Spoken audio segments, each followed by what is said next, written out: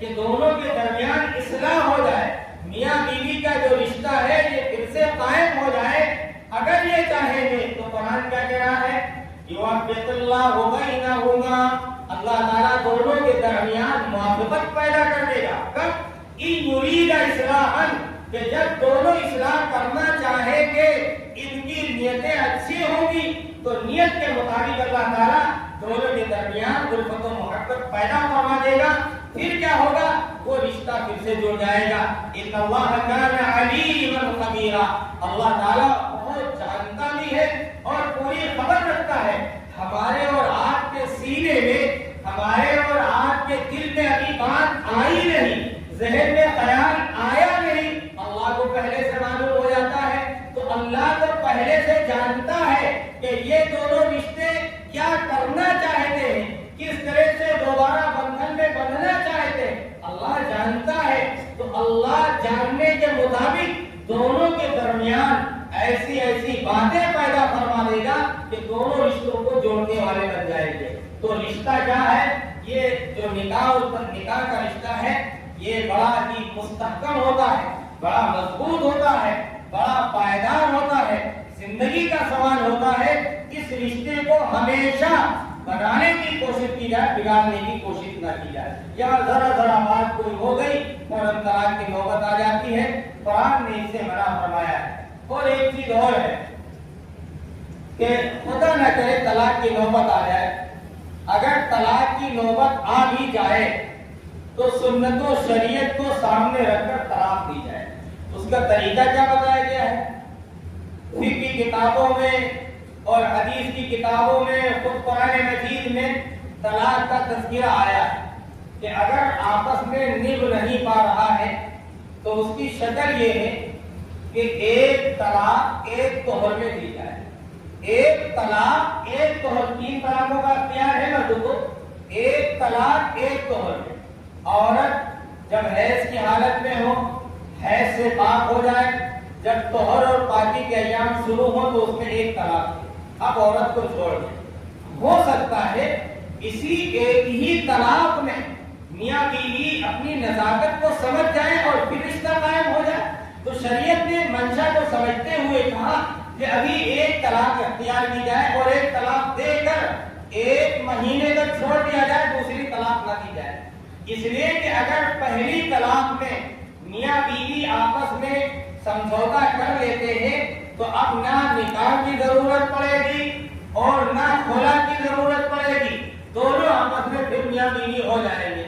پھر فرمایا کہ اگر پہلی طلاق سے کام نہیں چلا ہے تو اب آپ دوسری طلاق دوسرے طور میں، دوسرے مہینے میں، حیض آنے کے بعد، پاکی ہو جانے کے بعد آپ دوسری طلاق دیجیے۔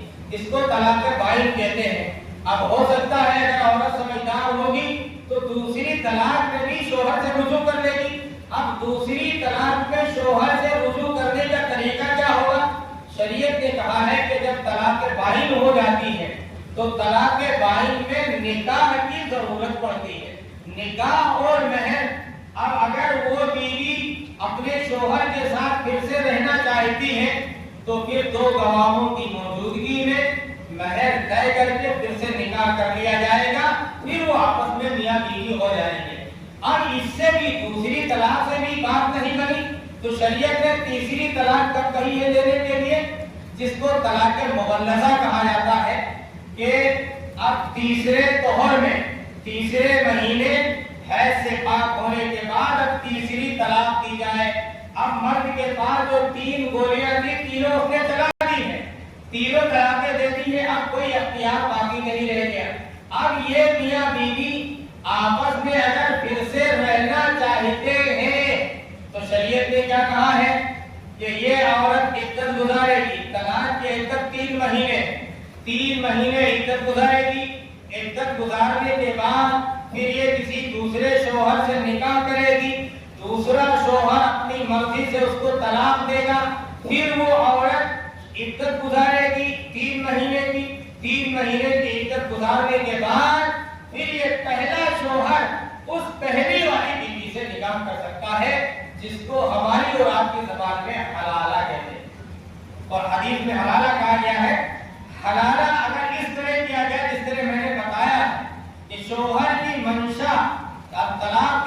ہے اور اس نے طلاق دیا ہے تو پہلا شوہر شادی کر سکتا ہے. لیکن اگر اس شرط کے ساتھ حلالہ کیا گیا کہ آپ آج نکاح کر لیجئے، کل آپ کو طلاق دینا ہے، اگر اس شرط کے ساتھ حلالہ کیا گیا تو یہ حلالہ صحیح نہیں ہوگا. تو یہ اصول ہے جو قرآن نے بتایا ہے. جب بھی کوئی ہمارا اور آپ کا معاملہ ہو، قرآن کو سامنے رکھیں گے تو انشاءاللہ زندگی اچھی اس کی گزرے گی. پہلے والوں کی زندگیاں اچھی گزرتی تھی اس لیے کہ ان کے پاس علم بھی بہت کم تھا، جہالت بھی زیادہ جانتے نہیں تھے. لیکن اگر کسی نے کچھ ان کو بتا دیا ہے تو وہ اس کے اوپر اٹل لیتے تھے. کہتے تھے کوئی صاحب نے جو بتایا ہے وہی صحیح ہے، باقی جو کچھ بتاتے رہے ہم اس کو ماننے والے نہیں ہیں. تو پہلے کی زندگیاں بڑی اچھی تھی. آج بھی زندگی اچھی ہو سکتی ہے، شرط ہے کہ اپنا رشتہ قرآن اور حدیث سے مضبوط کر دیا جائے. پھر اس کے بعد اللہ تعالیٰ دوسرے رشتے داریوں کا تذکرہ کرتا ہے کہ ایک تو میاں بیوی کا رشتہ سب سے نازک تھا، اس کا تذکرہ کیا گیا، اور پھر والدین کا تذکرہ کیا گیا. والدین یہ عظیم الشان نعمت ہے، ان کی قدر ہمیشہ کرنی چاہیے. قدر تو ان کی اس وقت ہوتی ہے جب یہ اپنی موت کے گھاٹ اتر جاتے ہیں، ہم سے اور آپ سے جدا ہو جاتے ہیں، تب ہمیں اور آپ کو ان کی اہمیت کا اندازہ ہوتا ہے. قرآن مجید کے آیت فاعبدوا اللہ ولا تشرکوا بہ شیئا، ایک اللہ کی عبادت کرو اور اس کے ساتھ کسی کو شریک نہ کرو. یہاں حقوق اللہ سے تعلق ہے. اللہ کی عبادت کرنا، نماز، روزہ، حج، زکات، یہ جتنی چیزیں ہیں یہ عبادات سے تعلق رکھتی ہیں. ہمیں اللہ کی عبادت کرنا ہے اور اللہ کی عبادت کے ساتھ کسی کو ہمیں شریک نہیں کرنا ہے. پھر اللہ تعالیٰ فرماتا ہے وَبِالْوَالِدَيْنِ إِحْسَانًا. اللہ نے اپنی عبادت کے ساتھ حقوق العباد میں اگر کسی کو جوڑا ہے تو والدین کو سب سے پہلے جوڑا ہے. دوسری جگہ فرمایا گیا سورہ اسراء میں وَقَضَىٰ رَبُّكَ أَلَّا تَعْبُدُوا إِلَّا إِيَّاهُ وَبِالْوَالِدَيْنِ إِحْسَانًا. فرمایا گیا کہ پہلے اللہ کی عبادت، اس کے بعد والدین کے ساتھ حسن سلوک ہے. تو فرمایا گیا وَبِالْوَالِدَيْنِ إِحْسَانًا، والدین کے ساتھ اس نے سلوک کرنا. کیوں کرنے کے بارے میں کہا گیا؟ اس لیے کہ جتنی قربانی ماں باپ نے اٹھائی ہے اور خاص طور سے ماں نے اٹھائی ہے، آپ پوری زندگی اگر والدین کا حق ادا کرنا چاہے تو حق ادا نہیں کر سکتے. اس لیے کہ بچپن میں آپ بے سہارا تھے، آپ کو سہارا اگر کسی نے دیا ہے تو باپ نے دیا ہے. آپ بچپن میں کمزور تھے، کھانے کے لائق نہیں تھے، چلنے کے لائق نہیں تھے، ہاتھ اٹھانے کے لائق نہیں تھے، منہ میں کوئی چیز ڈالنے کے لائق نہیں تھے. اگر لائق بنایا کسی نے تو تمہاری ماں نے تم کو بنایا ہے. اسی طرح قرآن میں تذکرہ دوسرے موقع پر کیا گیا کہ وہن علی وہن، کہ ماں نے تم کو یکے بعد دیگرے اپنے پیٹ میں اٹھا کر رکھا، 9 مہینے تم کو پیٹ میں پالا، اپنے خون سے تم کو سیراب کیا، دنیا کے اندر آئے تو اپنے خون اپنی چھاتی سے لگا کر تم کو دودھ پلایا. تمام طرح کی قربانیاں ماں نے دی ہے. رات میں پیشاب اگر تم نے کر دیا تو ماں نے اپنے آپ کو گیلے میں سونا پسند کیا، تم کو سوکھے میں سلایا. رات میں اگر تمہیں کوئی تکلیف لاحق ہوئی تو ماں کی پوری رات کی نیند اڑ گئی، نہ پوری رات کی نیند ماں نے قربان کر دی. باپ نے اپنی نیند کو قربان کر دیا. باپ نے تمہاری چاہتوں کو پورا کیا، تمہاری تمام تمناؤں کو پورا کیا، اور اس کے پورا کرنے کے لیے باہر کا سفر کیا، مزدوری اس نے کی، تجارت اس نے کی، تمام طرح کی ٹھوکریں اس نے کھائی، اپنے پیٹ کو کم کیا، اپنے اوپر کم خرچ کیا. کیوں؟ کہ میری اولاد بن جائے. اپنی اولاد کا ہر اعتبار سے خیال رکھا. یاد رکھو اگر بڑھاپے میں والدین کا خیال نہیں کیا گیا اور ان کے ساتھ حسن سلوک نہیں کیا گیا تو آپ لاکھ اپنی زندگی میں کمائیے، کبھی آپ کی زندگی میں برکت نہیں ہو سکتی ہے. برکت اگر آپ کو ملے گی تو والدین کی اطاعت کرنے میں، ان کے ساتھ حسن سلوک کرنے میں ملے گی. جناب محمد رسول اللہ صلی اللہ علیہ وسلم نے فرمایا تھا ابغونی فی الضعفاء فإنما تنصرون وترزقون إلا بضعفائكم، کہ لوگوں تم مجھے کمزوروں میں تلاش کرو. اللہ کے رسول خود کہہ رہے مجھے کمزوروں میں تلاش کرو، اس لیے کہ تمہیں جو رزق دیا جاتا ہے، تمہیں